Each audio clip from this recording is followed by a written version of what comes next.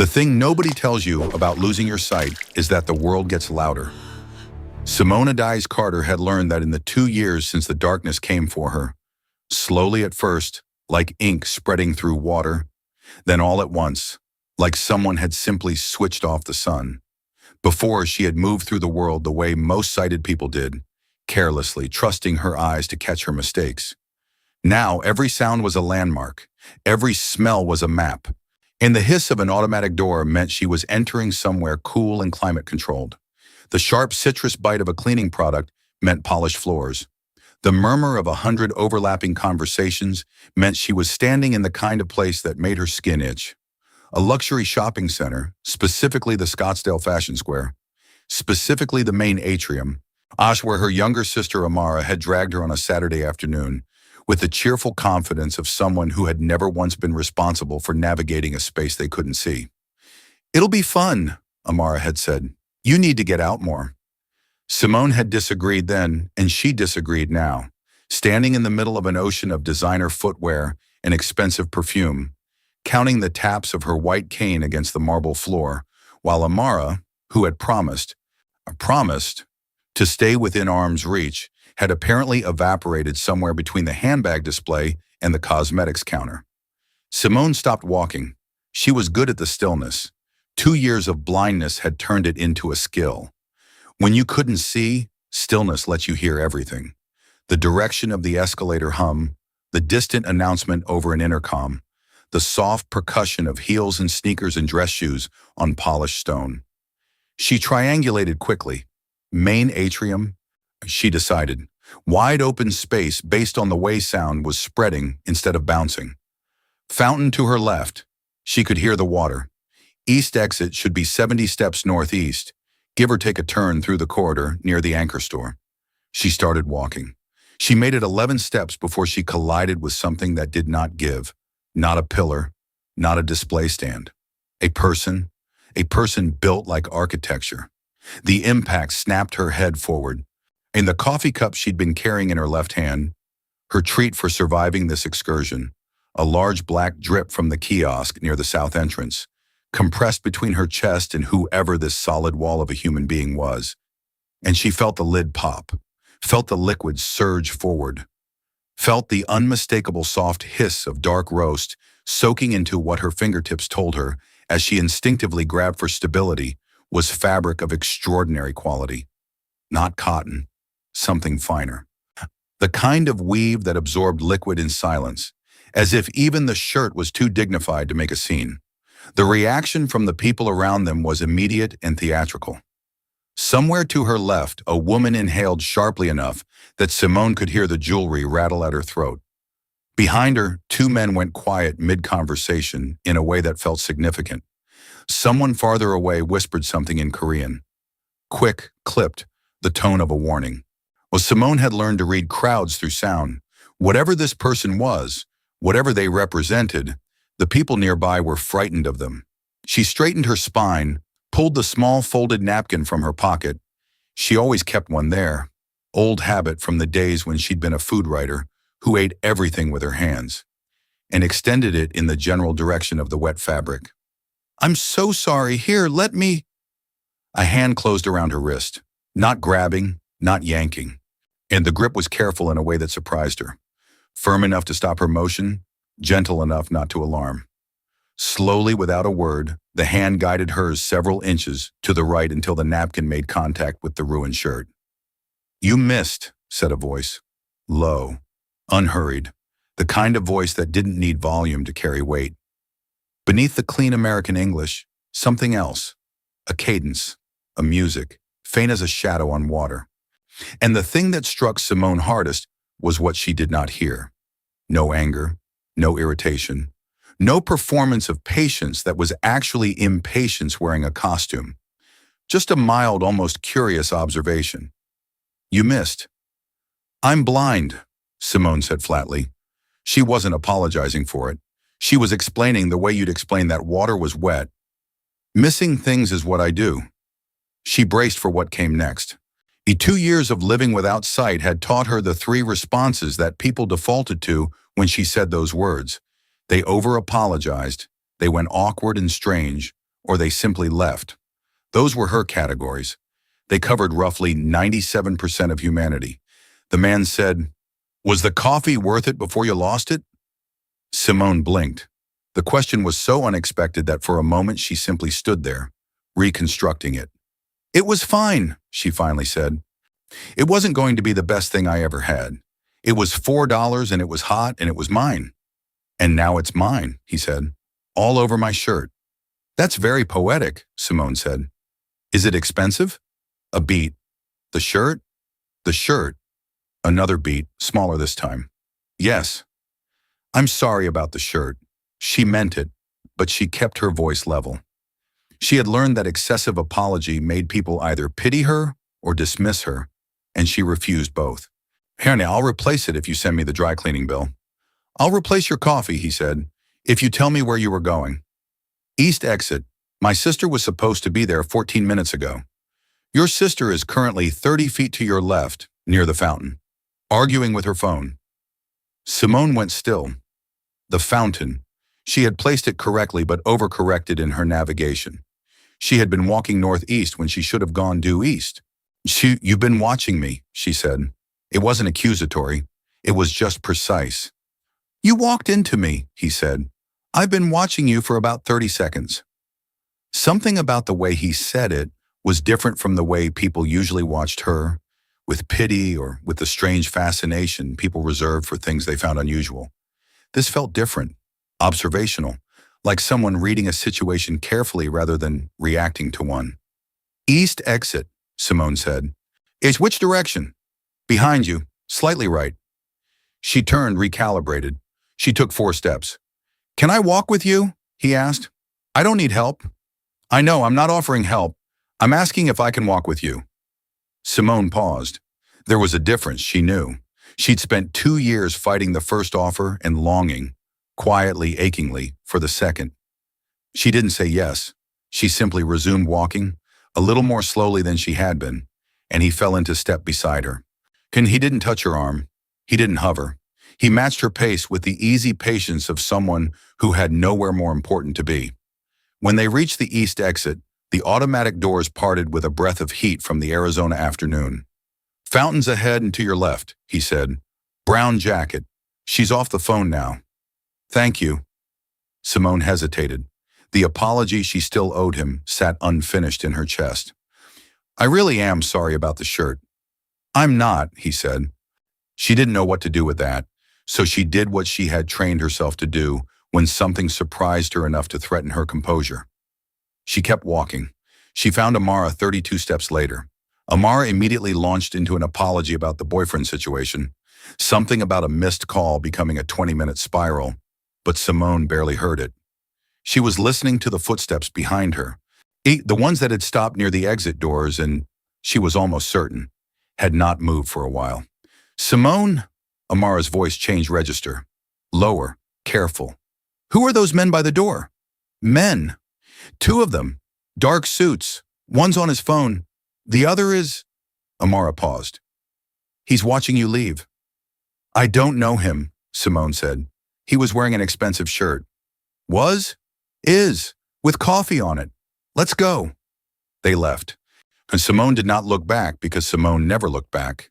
Not because she was blind, but because she had decided 2 years ago in a hospital room in Memphis that the only direction that mattered was forward. Behind her, a man named Jae-won Kang stood at the exit doors of Scottsdale Fashion Square and watched a woman with a white cane disappear into the bright Arizona afternoon. He had not moved from this spot in 3 minutes. His head of security, a man named Hyun-soo, who had been doing this job for 9 years and had watched Jae-won Kang walk out of a burning building without breaking stride, was studying his employer with visible unease. "We have the 2 o'clock call with the Lim Group," Hyun-soo said. "Reschedule it." Hyun-soo went quiet. In 9 years, he had rescheduled exactly 1 meeting, and that was because a Category 3 hurricane had been involved. "Who was she?" Jae-won asked. "I'm sorry." "The woman. Find out who she is." Hyun-soo pulled out his phone. He was quiet for a moment in the way that meant he was processing the magnitude of the request, which in their world meant something. Jae-won Kang was the CEO of Kang Holdings. Real estate, logistics, private security across 3 states. But that title was the surface, the part of the iceberg above water. Below it, he operated in the spaces between formal power, one of the rooms where men shook hands on arrangements that no contract could contain, where reputation was currency and reputation was everything. In that world, people either feared Jae-won or needed something from him. Everyone, without exception. He did not ask about strangers. Strangers did not interest him. Nothing much interested him anymore, if he was being honest, which he almost never was. He knew until a woman who could not see him collided with him and spoke to him like he was a perfectly ordinary inconvenience. Hyun-soo made a call. Jae-won got into the car. He sat in the back of the black Escalade in the parking structure beneath the shopping center and said nothing for 4 full minutes. Phoenix traffic moved somewhere above them. The air conditioning worked quietly. The city went about its business. "Her name is Simone Carter," Hyun-soo finally said from the front seat. 28, lives in Tempe near the university. Lost her sight approximately 2 years ago. Progressive retinal condition, sudden acceleration in the final stage. Before that, food and culture writer for a Memphis publication. Good reputation. Currently works as a voiceover artist. Freelance. She's good. No debt beyond medical bills. No criminal record. No family connections to anything relevant. Jae-won said nothing. "She's nobody," Hyun-soo added. He said it without cruelty. When in their world it was simply measurement. She registered nowhere on the grid that Jae-won moved through. No wealth, no name, no leverage. "She's not nobody," Jae-won said quietly. Hyun-soo drove. The city unspooled outside the tinted windows, bright and flat and relentless with Arizona sunshine.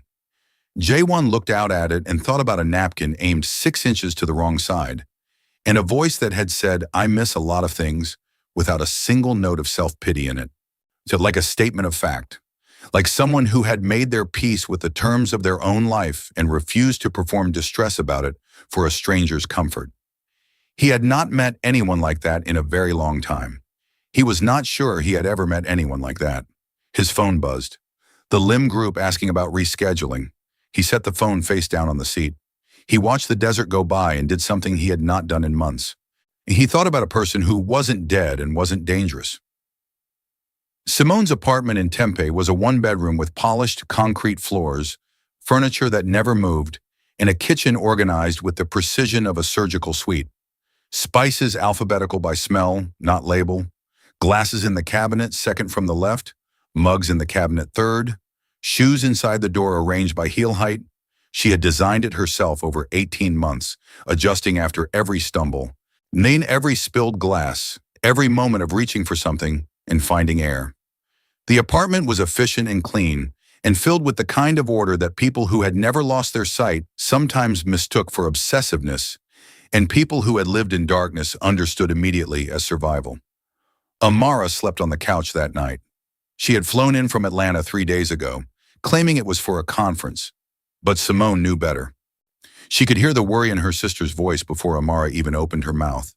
A slight tightness in the greeting, a half-second delay before laughter that meant the laughter was being consciously assembled rather than naturally arising. Amara was worried because Simone had been disappearing. Not physically. She hadn't gone anywhere. That was precisely the problem. Her world had been contracting for months, pulling itself inward like a slow tide retreating from a shore.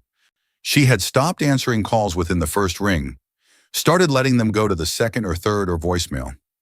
She had canceled 2 narration contracts, citing scheduling conflicts that didn't exist. She had cut her grocery deliveries in half and was eating less than she should, not because she couldn't afford food, but because hunger required acknowledgement, and acknowledgement required energy, and energy was the one thing she was running low on. It wasn't depression, she told herself.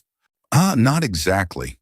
It was more like the slow compression of possibility, like someone turning down the volume on everything until only the essential frequencies remained. She was lying in bed that night, tracing the ceiling she couldn't see, when she heard Amara go still in the kitchen.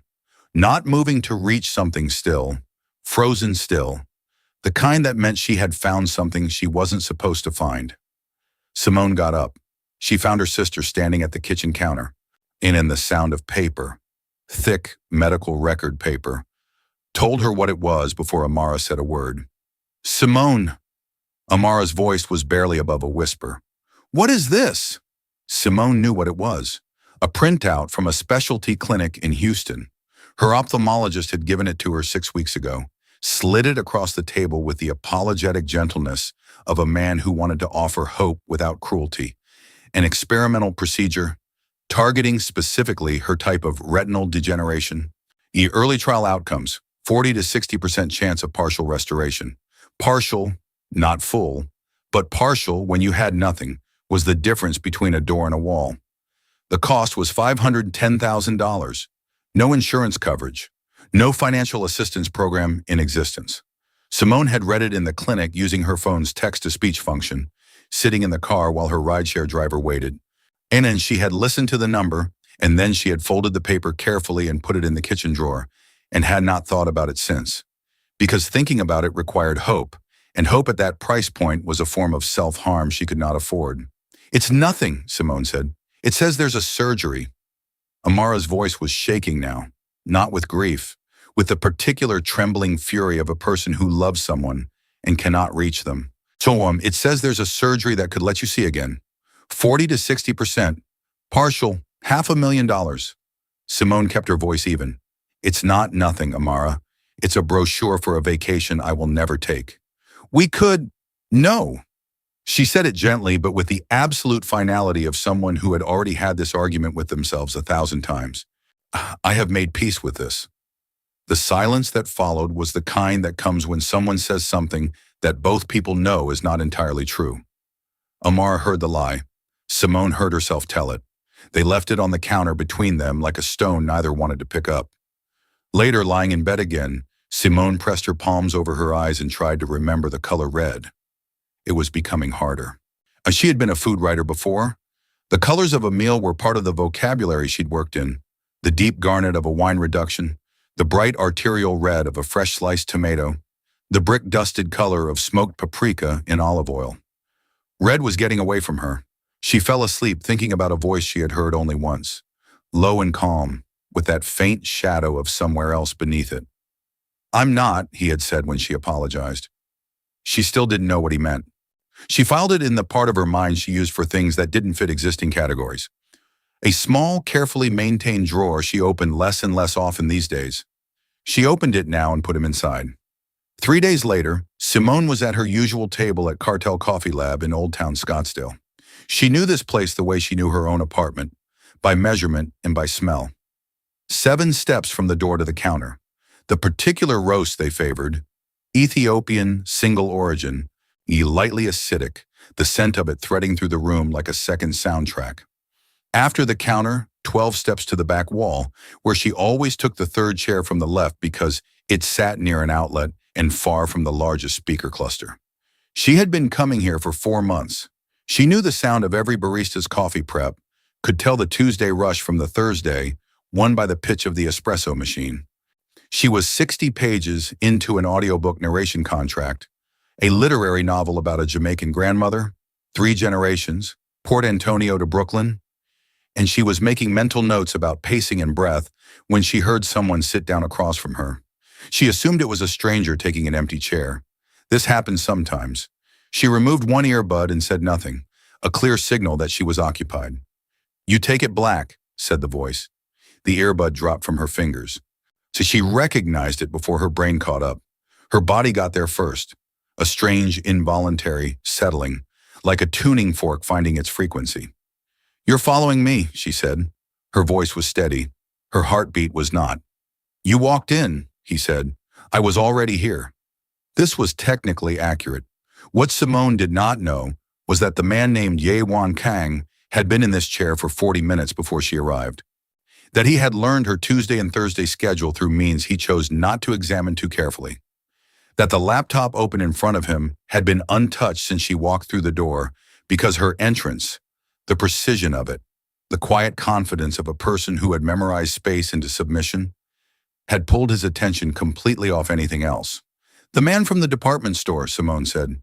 Jae-won, he said, since we're past the collision stage. Simone! She reached for the earbud she'd dropped, Found it on the second sweep, a small victory. Why are you here, Jae-won? Same reason you are. Coffee. You didn't order coffee. A pause. I was waiting to see if you'd let me. Simone processed this. He was strange, she decided. Not dangerous. Strange. Strange in the way that something genuinely original was strange. It didn't fit the existing templates, and so the brain kept turning it over, looking for a match and not finding one. You can order your own coffee, she said. I'm not responsible for you. No, he agreed pleasantly. You're not. He got up. She heard him at the counter, heard the barista, young woman, probably college age, she knew the voice, attempt some level of chat that he deflected with the same economy of words he used with Simone. He came back. He set a cup near Simone's elbow. She reached for it. It was the same drink she always ordered. Same temperature, same cup size. I didn't need you to.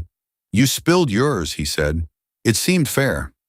Simone opened her mouth, closed it. The argument was technically sound. She drank the coffee and said nothing. They talked for an hour. It started at arm's length, both of them speaking in the slightly formal way of people who were being careful. He asked about her work.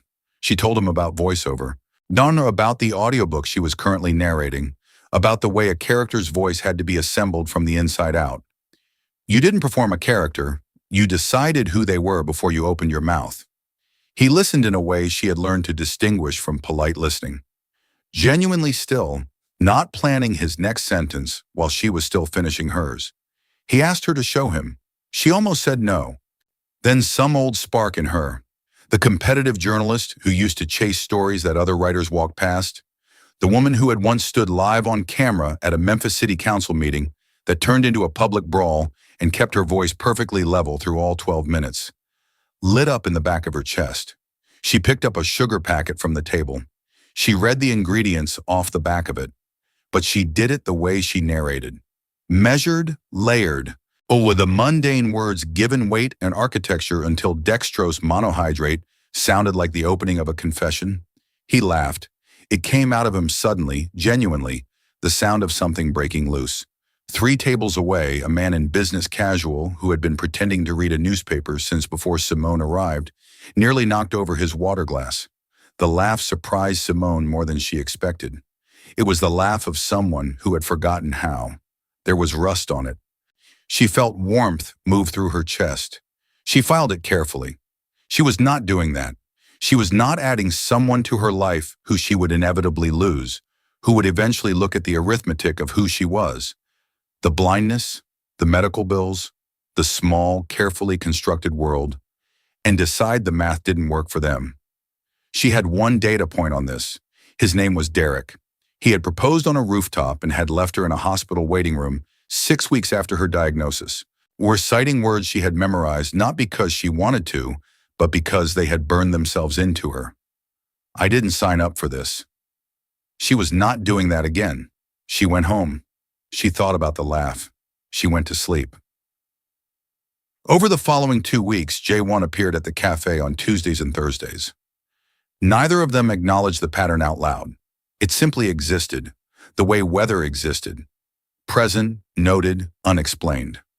He walked her home on the 3rd Tuesday, having offered once, been refused sharply, and then simply fallen into step beside her at the corner because they were, as he observed, going the same direction for at least 4 blocks. You live in Paradise Valley, she said. I do. That's 20 minutes in the opposite direction. Traffic's bad. It's 7 in the evening. Very bad traffic, he said. Simone pressed her lips together to prevent a smile she didn't want him to hear in her voice. She had learned recently that smiles had a frequency. When she smiled, it changed something in her breathing, subtly altered her resonance, and he had, on 2 occasions now, responded to it in ways that suggested he could hear it, which meant she needed to be more careful. She was not careful enough. He brought her food on the following Thursday, Korean takeout from a restaurant she had never been to, still warm, handed to her at her door in a brown paper bag that smelled of fermented black bean and sesame and something she couldn't place immediately. You brought me food, she said. You didn't eat at the cafe today. You were watching what I ate? I noticed things, he said simply. It was the most honest he had been with her yet, and she recognized it as such. She opened the container and cataloged black bean paste, pork, onion, potato, garlic, sesame oil, something with starch. She missed one ingredient. 8, she said. 9. What did I miss? Zucchini. Zucchini never announces itself, she said, aggrieved. It's the most passive ingredient. It just sits there absorbing other flavors and contributing nothing. It contributes texture. Texture isn't flavor. Tell that to the zucchini. They sat on her small balcony and ate. He told her about growing up splitting time between Koreatown and Los Angeles and Seoul, and about a mother who had made him learn to cook before she would let him eat anything she prepared. You need to understand the work, she had said, about a father who was still alive and with whom he had not spoken in 18 months. A rift that had started as a disagreement about the direction of the company and become something larger and uglier underneath. A son who refused to be an echo, and a father who could not forgive originality. He said all of this with the controlled tone of someone who had processed the emotion into information, packed it tightly, and stored it somewhere accessible, but contained. Simone recognized the technique.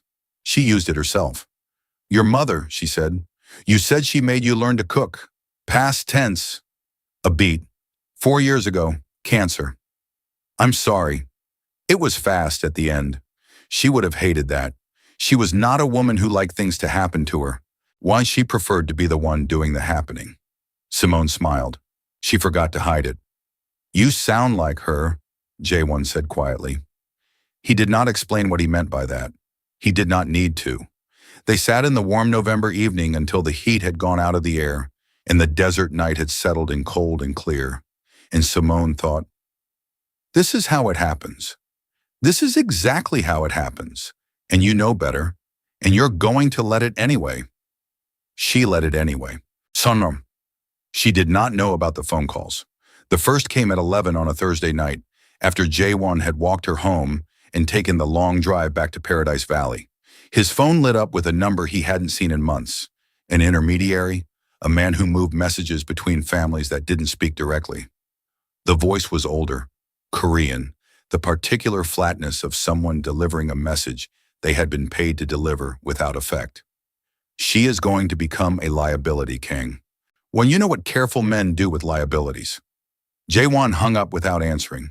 He stood at his floor-to-ceiling windows and looked at the Scottsdale skyline, bright and ordered as a circuit board below him.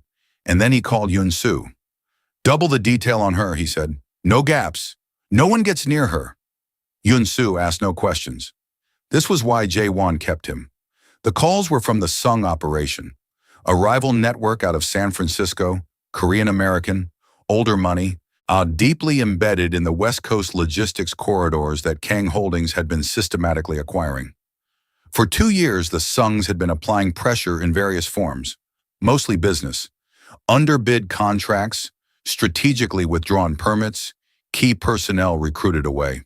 Nothing overtly hostile, the kind of interference that was technically legal and obviously intentional and impossible to respond to directly without escalating something neither side officially wanted escalated. Shit, they had never moved outside the business sphere, until now, until Simone. Jae-won had not told her any of this. He told himself there was no reason to frighten her with the architecture of a world she had no part in. He told himself he was handling it, and that handling it was the best protection he could offer. He did not tell himself what he was actually afraid of, which was simpler and more personal. That if he showed her the full dimensions of his life, the gray spaces, the phone calls at 11 p.m., the bodyguards she didn't know were following her home from the coffee shop. She would run the numbers and arrive at the same conclusion Derek had arrived at, that the arithmetic didn't work, that she had already absorbed enough. He kept it from her. This was his mistake. The note arrived on a Wednesday afternoon.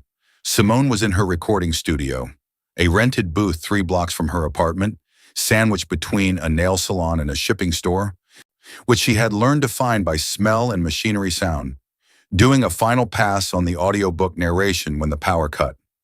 Equipment death mid-sentence, the hum of the HVAC gone, the room folded into a silence so complete she could hear herself breathe. Then footsteps, measured and deliberate, in the corridor outside her door.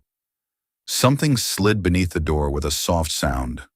Paper, thick paper, pushed with 2 fingers, based on the sound of the motion. Simone sat perfectly still. She counted her own heartbeats. 12. The footsteps retreated. The power returned. The room filled back up with sound. Devin, her studio manager, 19, perpetually exhausted, unfailingly kind, came to check on her and found the note on the floor. He read it to her. "Stay away from Jae-won Kang. This is your only warning." Simone's hands did not shake. She waited until Devin left before she let them shake. Not from fear. She had decided in the first year of her blindness that she was not going to add fear to the list of things that had been taken from her. She shook from anger, from the particular fury of someone who had spent 2 years having things subtracted from their life and was now watching someone's manicured hand reach in from the outside and try to subtract something else. She called Amara that night. She did not call Jae-won. "I need everything you can find on a man named Jae-won Kang," she said. "Everything." Amara found it. An hour later, she called back with a voice that had gone quiet in the way that meant she had found something that had frightened her, and Amara did not frighten easily. She told Simone about Kang Holdings, about the size of it, about the rumors that lived beneath the corporate surface, the disputes he'd resolved, the arrangements he'd brokered, the people who owed him things, and the people who feared owing him things. She told her that in 3 different news databases, his name appeared in context with the phrase gray economy, and that the men who used that phrase usually meant it. "Walk away," Amara said. "Simone, please, walk away." Simone was quiet for a long time. "I'll talk to him," she said. "That's not the same as walking away." "No," Simone agreed. "It's not." She confronted him at the cafe on Tuesday. She did not sit down. She stood in front of his table with her cane in one hand and her free hand flat on the tabletop, palm down, fingers spread, grounding herself the way she had learned to ground herself when something required all of her. "You need to tell me exactly who you are," she said. The cafe had gone the particular quiet of a space where people were actively pretending not to listen. "Right now, no omissions. Someone threatened me, and I believe it's connected to you, and I deserve to know what I walked into." He told her all of it. The business structure, the gray spaces beneath it, the Sung operation and their 2-year pressure campaign, and what they were willing to do when business interference stopped being sufficient. He spoke with the same controlled cadence he used for everything, but underneath it she could hear something she hadn't detected before. The weight of someone who had been carrying a particular burden alone for a long time and was not entirely certain what would happen when they set it down. When he finished, she was quiet for 8 seconds. She counted them. "Are you done?" she said. "Yes." "Is any of it going to touch me?" He paused 1 beat. "Not while I'm alive." Simone pulled out the chair. She sat down. She ordered her coffee. The thing that shifted between them in that moment was not romance and not forgiveness and not even trust, exactly. It was something more structural, like 2 buildings on adjacent lots settling into the same geological layer, finding a shared foundation. She did not know then, Tuan, that the worst was still coming. 6 weeks after the coffee collision at Scottsdale Fashion Square, Jae-won Kang received a report from Hyun-soo at 9 in the evening that made him sit down, stand up, and sit down again before he could read it fully. The Sung family had acquired controlling interest in the Houston clinic, the one with the experimental retinal surgery, the one that cost $510,000 and represented Simone's only documented pathway to partial vision. They owned it now, and they knew what that meant. Hyun-soo laid out the options with his usual precision. Legal challenge would take 18 months minimum. The clinic's primary surgeon was under a new non-compete. The procedure could not be replicated elsewhere in the United States without her involvement. There was one other specialist in the world who had pioneered the technique. A Dr. Choi in Seoul, semi-retired, almost never took cases anymore. Jae-won read the report twice, set it down, and walked to his window. The city below was bright and indifferent. Cars moved, people moved. The world had no investment in this problem. He drove to Tempe himself that night. No Hyun-soo, no detail. He drove because he needed the 40 minutes to assemble what he was going to say and still arrived without having assembled it. He sat in the car outside her building for 9 minutes. Then he went inside. She opened the door at his knock. She was in a soft cream sweater and dark jeans, unrolling her hair loose around her shoulders, and the reading glasses she wore when she was having a difficult day with eye strain were on the table behind her, which meant it had been a long day. She read his arrival in the cadence of his footsteps before he said a word. "You're outside my door breathing like something's wrong," she said. "Either come in or tell me standing there." He came in. He meant to tell her about the clinic. He had rehearsed the sequence of it in the car. But she turned toward him in the small lamplit living room, and she reached up and put her hand against his jaw. The way she had been mapping him since the beginning, building her version of him through touch and sound and the specific grammar of how he moved. And she said, "What happened?" And he said, "I need to tell you something." And she said, "Then tell me." And he said, "I don't know how to let people in without immediately trying to stand between them and everything that could hurt them. And I know that makes you angry. I know it feels like the same thing everyone else has done to you. And I don't know how to stop." Simone lowered her hand. Her fingers had found the small scar near his left ear. She always found it, he had noticed, the way a reader returns to a specific line on a familiar page. She kissed him. It was quiet and careful, and then it was not careful. It was the collision all over again, but chosen. Both of them reaching for something they had been circling for weeks, two people who had forgotten the architecture of being wanted and were now reconstructing it from memory and instinct. His hands framing her face like she was something he had been looking for, her grip on the front of his shirt like she intended to keep him there. He stayed. In the morning, Hyunsu called. Jae-won stood in Simone's kitchen, phone to his ear, watching her pour coffee without looking. One hand on the counter finding the mug by position, the other hand tipping the carafe by tilt and sound. And he realized, watching her, that the Sungs had found the one weapon that could reach him. He had told himself he was protecting her by not telling her about the clinic. He stood in her kitchen and understood, for the first time, that he was protecting himself. He did not tell her, yet he worked instead. The decision-making that governed his professional life, precise, unsentimental, several moves ahead, was applied to this problem like a scalpel. Conference calls with his legal team in Los Angeles. An encrypted call with a financial forensics specialist who had dismantled a more complicated holding structure than the Sungs before breakfast. A flight to San Francisco for a face-to-face with an inside source whose information cost a great deal and was worth twice that. He canceled their Thursday meeting for the first time. He called every night, but she heard it immediately. The slight compression in his voice, the way his responses ran a beat short. "What's wrong?" she asked. "Work. That's not a real answer." "It's the only one I have right now." She was quiet. He heard it. He knew she heard him using her own deflection back at her, and he hated himself for it. "Give me some time," he said. She said, "Okay." When this was a word that meant different things in different mouths. In hers, it meant, "I am giving you the benefit of the doubt that you have not fully earned, and I am filing this for later review." He understood. He worked faster. What he did not know was that the Sungs had moved first. A woman named Christine arrived at Simone's apartment on a Thursday morning, representing an organization called Horizon Vision Partners. She was professional, warm, well-rehearsed. She referenced Simone's ophthalmologist, which was alarming in retrospect and was not alarming in the moment because Christine had the answer for everything, every question, every test of credibility. A website, a patient coordinator number, testimonials from previous recipients, a fully funded surgical opportunity, the Houston Clinic, no cost, a phone consultation to begin. Simone was suspicious. She was always suspicious. She was also underneath the suspension, desperately and specifically human, and the word funded landed somewhere below her careful architecture and cracked something open she had been sealing shut for 2 years. She agreed to the consultation. The doctor on the phone was real. Recruited, compensated, scripted in the precise way that professionals could be scripted when the money was sufficient.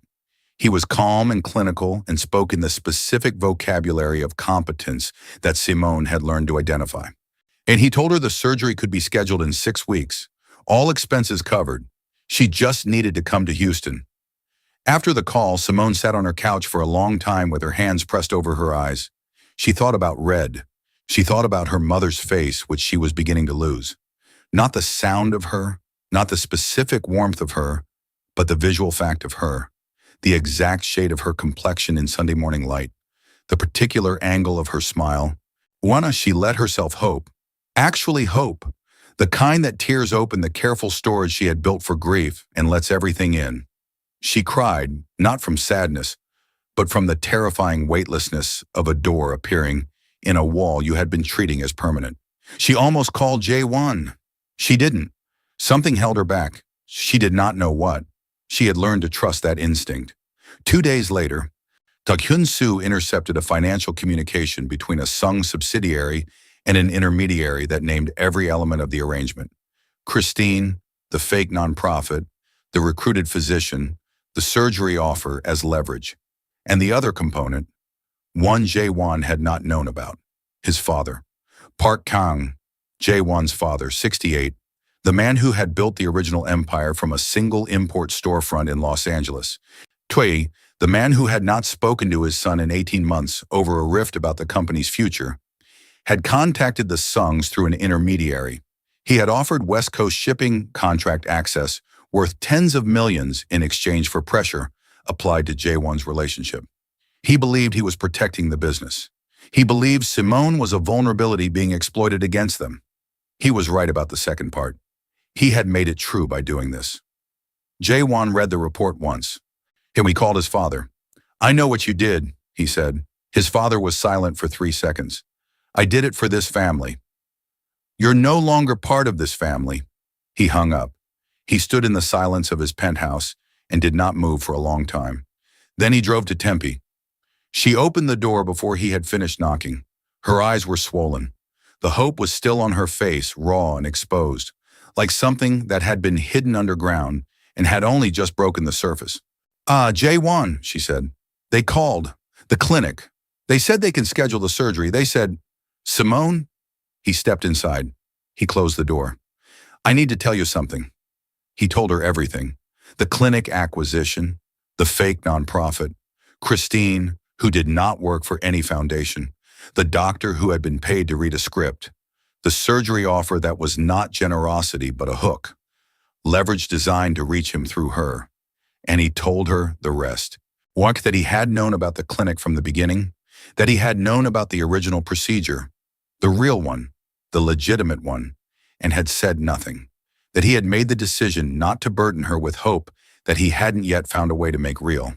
She did not scream. She did not move from the kitchen counter where she had been standing with her hands flat on the surface, fingers spread for support. When he finished, the silence lasted 4 seconds. "You knew," she said, and her voice was very quiet and very still. "About the surgery, about the clinic. How long?" He could not lie to her. She had told him, the very first time they sat across from each other in the cafe, that she would hear it in his voice eventually. He had believed her. He paused. 1 beat.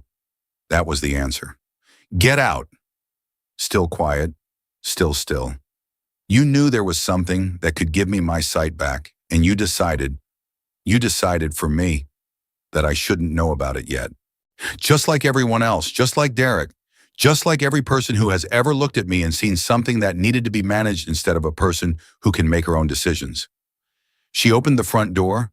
Her hand was steady on the knob. Her voice was steady. The only thing not steady was a single tear that moved down her left cheek, slow and silent, and somehow more devastating for its silence. Jae-won looked at her. This woman who had walked into him in a department store and had argued with him and had made him laugh and had mapped his face with her hands in the dark and had made his chest feel like something it had not felt in years. And he understood with absolute clarity that he had done to her the exact thing she had spent 2 years fighting to be seen beyond. He had seen her as something to protect. He had not seen her as someone to trust. He left. She changed her phone number the next day. She stopped going to the cafe. Her world, which had been slowly opening, a door here, a window there, light coming in at angles she had started to find beautiful, folded back on itself. Amara flew in from Atlanta within 36 hours. She found Simone sitting on her kitchen floor in the middle of the afternoon, back against the cabinet, knees to her chest, lights off. Not crying, not moving. Flo, Amara said softly, and sitting down on the floor beside her, using the childhood name. You need to eat something. I know. And tomorrow you need to get up. I know that too. I'm not going anywhere. Simone leaned her head against her sister's shoulder. Amara put her arm around her. They sat on the kitchen floor in the dark. Dark for Simone, chosen, dark for Amara, a small solidarity, and said nothing for a long time, the way people who love each other deeply do not always need to fill silence. Meanwhile, when Jae-won worked, he took meetings, closed deals, approved contracts, reviewed projections. He was, by every external measurement, functioning. Hyun-soo was not measuring by external standards. You haven't slept in 5 days, Hyun-soo said. I've slept. 3 hours is not sleep. That's unconsciousness from exhaustion. Jae-won said nothing. Woon Hyun-soo sat across from him in his office on a Thursday evening and broke 9 years of professional discipline in approximately 45 words. You control a billion-dollar operation, he said. You have outmaneuvered people who had more resources than you and longer histories than you, and you are currently losing the only person who has ever spoken to you like a human being rather than a weapon or a transaction. Fix it. Not with money, not with strategy, with honesty. Well, show her who you are, and then trust her to decide. Jae-won stared at him. That's all, Hyun-soo said, and left. 48 hours later, Jae-won was on a plane to Seoul. He had contacted Dr. Choi Hwan's office through a medical liaison. The pioneer of the retinal procedure, semi-retired, known for turning away almost every case he was referred. Jae-won did not send money. He did not leverage connections. He sat across from a 64-year-old surgeon in a bright office at Samsung Medical Center, and he told the truth. He talked about a woman in Arizona who was losing the color red, who had been a food writer before and was a voiceover artist now, and had built a life of such precise, deliberate beauty from the wreckage of her sight that it made ordinary courage look small. Who had every reason to collapse into bitterness and had not. Who deserved, genuinely and specifically and without condition, the chance to choose what came next. Dr. Choi reviewed the case files Jae-won had brought. He asked 3 clinical questions. He was quiet for a long time. 60% chance of partial restoration, he said. I want to be clear about those odds. I want her to have them, Jae-won said. Whatever they are, that's her choice to make, not mine. Dr. Choi agreed. He did not go to Simone. He went to Amara. He met her at a coffee shop 2 blocks from Simone's apartment. He handed her the surgical file, Dr. Choi's assessment, the procedure plan, the recovery timeline, the honest probability range. He handed her a letter Dr. Choi had written directly to Simone in clear and precise language, the kind that respected the intelligence of the person receiving difficult information. Give her this, he said.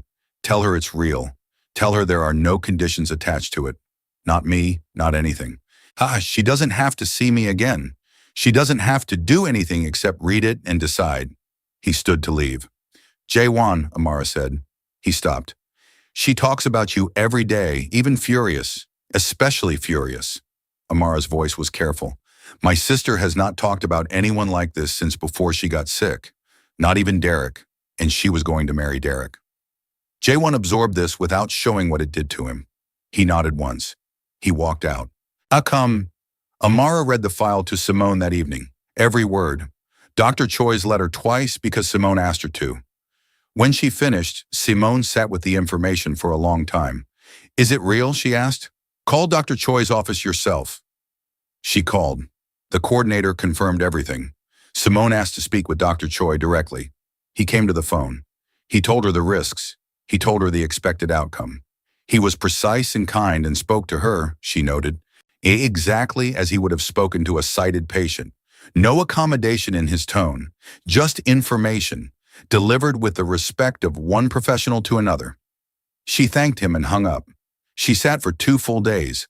On the 3rd morning, she said, I want coffee. She walked into Cartel Coffee Lab on a Tuesday. 7 steps to the counter. Black coffee. 12 steps to the back wall. 3rd chair from the left. The chair across from her was empty.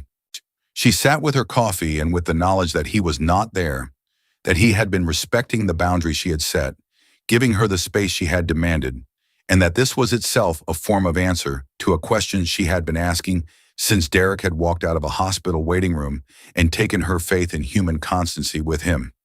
She pulled out a new phone. She had gotten it that morning. She dialed a number she had memorized from Dr. Choi's letter. He answered on the first ring, not the second. The first, like someone who had been holding the phone for days, hoping and not expecting. "You didn't put conditions on it," she said. "No. Why?" A pause. She heard him breathe, heard the chair shift somewhere on his end, 1,200 miles away in a penthouse she had never seen. "Because it was never about me getting something," he said. "It was about you having what you were supposed to have." The silence that followed was full, not empty, not awkward. The kind of silence that contains a complete conversation. "I'm at the cafe," she said. He was there in 14 minutes. She heard his footsteps at the door. She knew them by now the way she knew the Tuesday coffee prep and the sound of the fountain at Fashion Square and the specific temperature of an Arizona morning. He crossed the cafe and sat down, and neither of them spoke. Then she reached across the table. Her hand found his. She held it. "I'm sorry I shut you out," she said. "Anyway, I'm sorry I made the choice for you." "Don't do it again." "I won't. I mean that, Jae-won." "I know, I won't." A pause. "I understand the difference now, between protecting someone and trusting them." She held his hand tighter. He was holding hers with both of his, and his grip was not steady the way it usually was. It was careful in the way of someone who understood fully what they had almost lost. "I want to do the surgery," she said. "What, okay? And I want you there." He brought her hand to his lips and held it there for a moment before he said, "I'll be there." They flew to Seoul 6 weeks later. Simone, Amara, Jae-won, and Hyun-soo, who spent the flight on his phone managing the empire from 30,000 feet and pretended he was not moved when Amara fell asleep in the seat beside him, and he quietly adjusted the window shade so the light wouldn't wake her. The surgery was at Samsung Medical Center. 7 hours. Jae-won sat in the waiting room for all of it. He did not pace. He did not check his phone. He did not take the coffee Hyun-soo brought him twice. He sat in a plastic chair with his elbows on his knees and his eyes on the double doors, and waited with the absolute stillness of someone who has run out of moves and has nothing left to do but trust. When Dr. Choi emerged and said the procedure had gone well, Jae-won closed his eyes. He kept them closed for 3 seconds. It was the closest he had been to prayer since his mother died. Florence woke with her eyes bandaged. 3 days of darkness. The same darkness she had lived in for 2 years, except this one had a countdown. This darkness might end. Jae-won sat beside her hospital bed and read to her from a novel Amara had brought.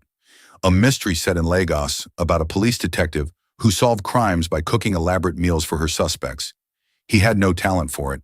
He read with the wooden earnestness of someone who had learned language for precision, not performance.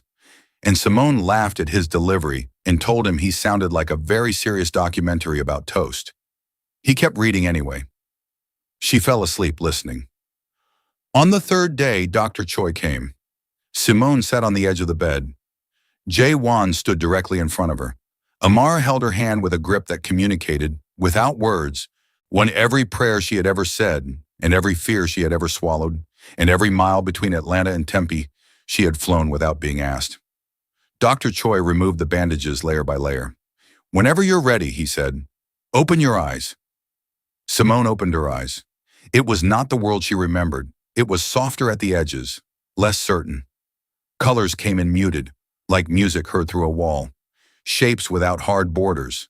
The room a dim, gentle palette of grays and whites and shadows. But it was there. Light. Actual light. The rectangle of the window behind a curtain, the dark architecture of furniture, and directly in front of her, slowly assembling itself like a photograph finding its resolution, a face. She had never seen him before. In all the weeks of coffee and arguments and one kiss and one fight and 14 minutes of waiting that had felt like held breath, she had only known him through sound and touch. The low, calm voice, the scar near his ear, The specific warmth of his hands. Now there was a face to go with all of it. Strong jaw.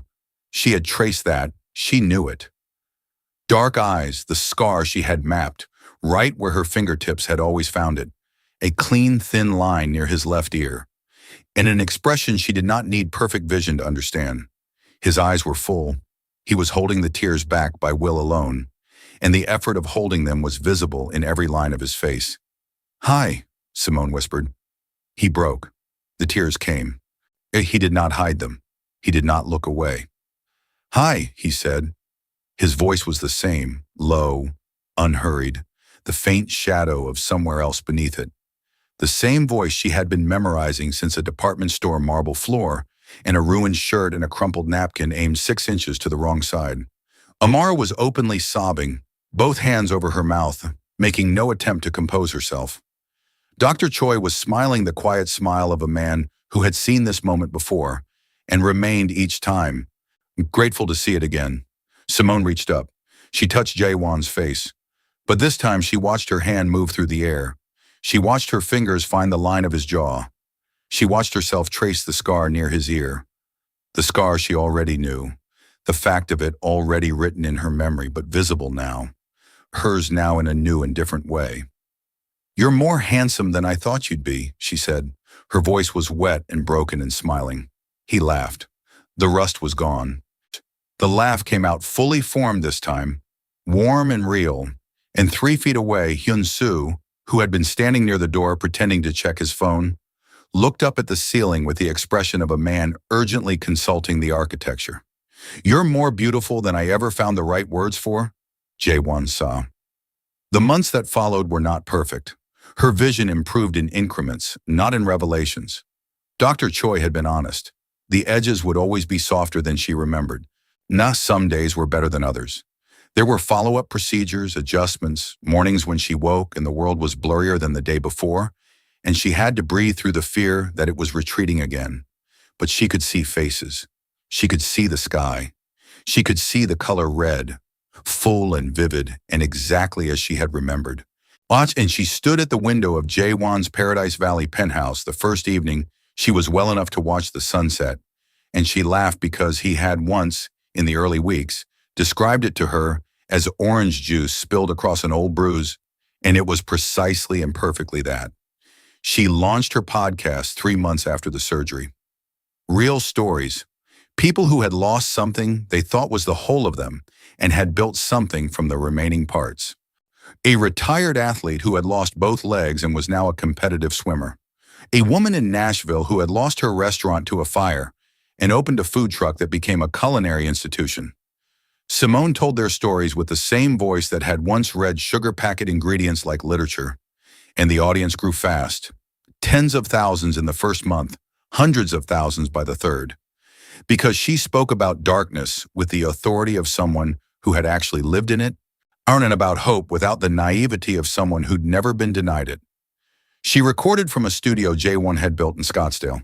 She had argued about this for 3 weeks. "It's an investment," he said. "I expect a return." "What return?" "Listening to you practice at midnight. I consider that adequate compensation." She moved into the studio the following week. She and Jae-won did not rush anything. There was a particular patience available to people who have nearly lost something. A willingness to move slowly, to look at what is present rather than reach toward what might be. She kept her apartment for 3 months after the surgery, until she acknowledged to herself that she was sleeping in Paradise Valley every night, and the Tempe lease was an expensive gesture toward a form of independence that she had earned and did not need to keep proving. She moved in on a Saturday. He had cleared half his closet without being asked. She called Amara that night and said it was the most romantic thing anyone had ever done for her. Amara said she was going to pass that information on to Hyun-soo, who would definitely not know what to do with it. One evening in December, they were in the back of Jae-won's car, moving through Scottsdale, and the city was lit the way cities are in winter, warm and contained and improbably beautiful. Simone watched the lights pass. She still marveled at it. She expected to stop marveling and did not. The ordinary visual facts of the world, a traffic signal changing, the specific amber of a street lamp against a December sky, the way Jae-won's jaw tightened when he was thinking about something he hadn't said yet. These registered every time as if for the first time. She turned from the window and looked at him.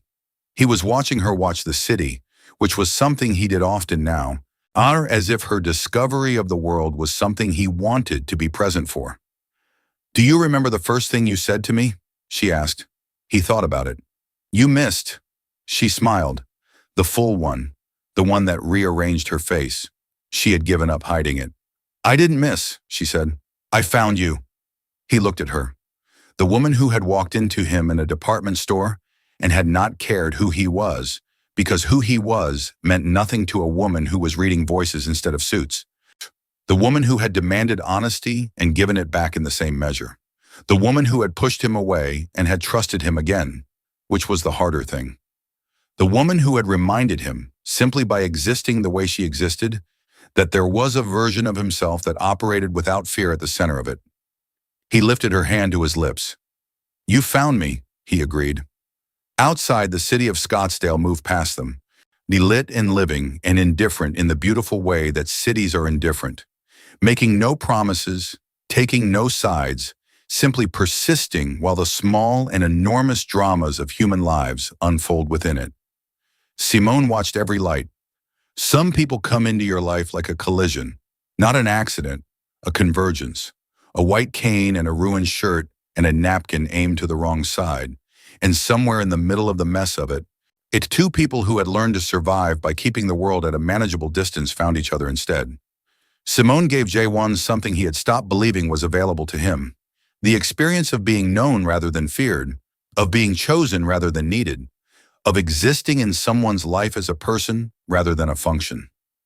Jae-won gave Simone something she had locked away in a kitchen drawer and pretended to have made peace with. The chance to choose. Not just the surgery. Everything. Every morning she woke up in a world that had color in it again. She had chosen it. That was the gift, not the vision. The choice. And together they built something neither of them had the vocabulary for beforehand. A life where two people who had been reduced by loss found that what remained of them was, against all reasonable odds, enough. More than enough. The specific, irreplaceable, unmanageable, or an unstrategizable thing that people have been trying to name since the beginning of language. It started with spilled coffee and a ruined shirt. It ended. It didn't end. That was the point. It was still going.